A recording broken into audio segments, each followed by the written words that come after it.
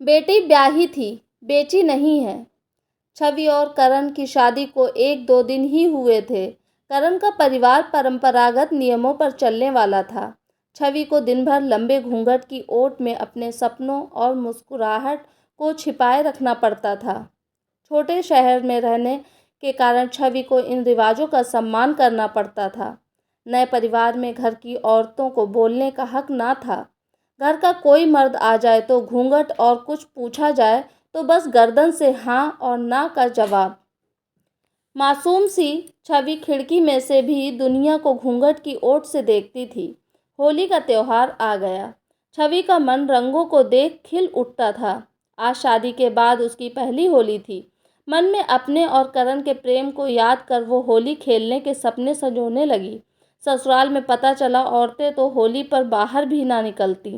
करण से बात की तो उसने रूखा जवाब दिया, छवि अजी क्या हम होली भी ना खेलेंगे आंगन में।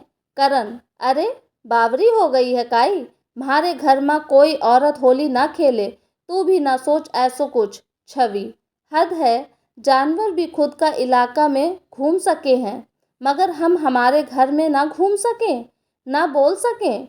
एक होली की त्योहार पसंद है बताया था आपको, आज वो भी ना खेल सकूं। करण अरे मैं मना ना करूं मगर तू खेलेगी तो घर में भूचाल आ जावोगो।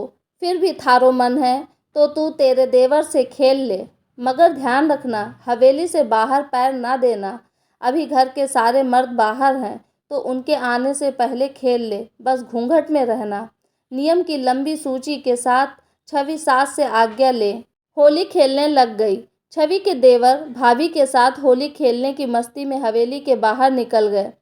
छवि भी अनजाने में हवेली की दहलीज पार कर गई। सामने घर के सारे मर्द घूमते नजर आए। छवि दौड़ती हुई अपने कमरे में चली गई। आज घर में तूफान उठा। ससुर और जेठ ने उसे चोटी खींच सब सिखाने के लिए छवि को लातों से मारा।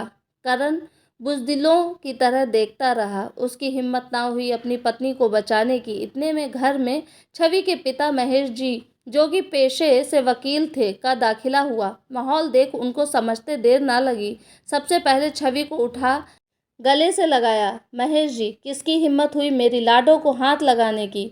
छवि के जेठ, आपकी लाडो अब हमारे घर की इज्जत है, कुछ गलत किया तो सज़ा तो मिलेगी। इस घर की औरतें बाहर नहीं निकलती। आपकी बेटी ने रंगों में भीग पूरे इलाके में हमारी नाक कटवा दी। महेश जी, मेरी बेटी शादी करके आई है, मैंने कोई उसे यहाँ बेचा नहीं है। अब मैं इसे साथ लेकर जा रहा हूँ। जब इसका पति ही इसकी रक्षा ना कर सके तो यहाँ मरने के लिए नहीं छोड़ सकता।